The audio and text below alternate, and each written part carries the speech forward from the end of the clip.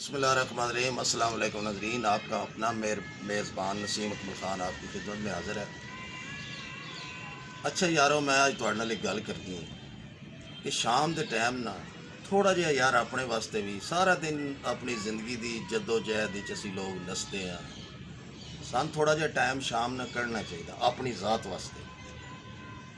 अपनी छत ते जाया करो रात शाम के टाइम, ते अपने सज्जे खब्बे जिहड़ी दुनिया साडी वस रही है इन्हां छत्तां लो वेख्या, अच्छी नज़र नाल वेख्या। शाम के टाइम जिहड़े परिंदे अपने घरां नूं वापस जाते हैं, जिस तरह कहते हैं ना कि शाम पे बिन शाम मुहम्मद, ते इस तरह तुसी अपनी ज़िंदगी वास्ते, अपनी ज़िंदगी दे वास्ते, अपनी खुशियां दे वास्ते अपना टाइम कढ़िया करो ज़रूर।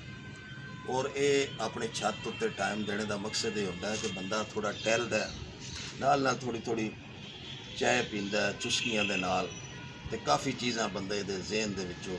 देखो मैं एक मिसाल देना कि जिस तरह है कप चाय दा, खाली कप है, ये खाली नहीं, वैसे मैं मिसाल दे रहा तो चाय मैं पी रहा।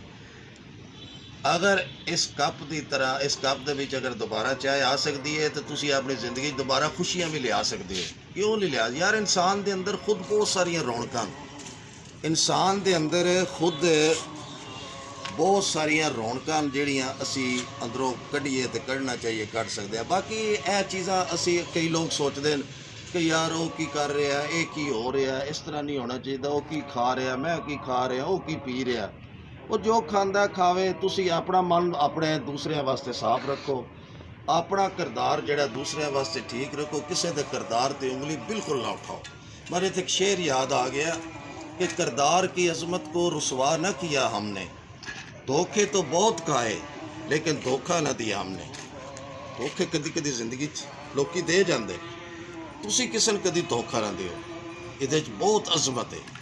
अगर ये मेरी दो चार बोल जड़े किसी बंदे ने पिक कर ले तो वेखना इंशाअल्लाह ताला जिंदगी दे विच तुहाने चीज़ां बहुत ज़रूरी काम आनगियां और काफ़ी टेंशन तो तुसी दूर हो जाओगे।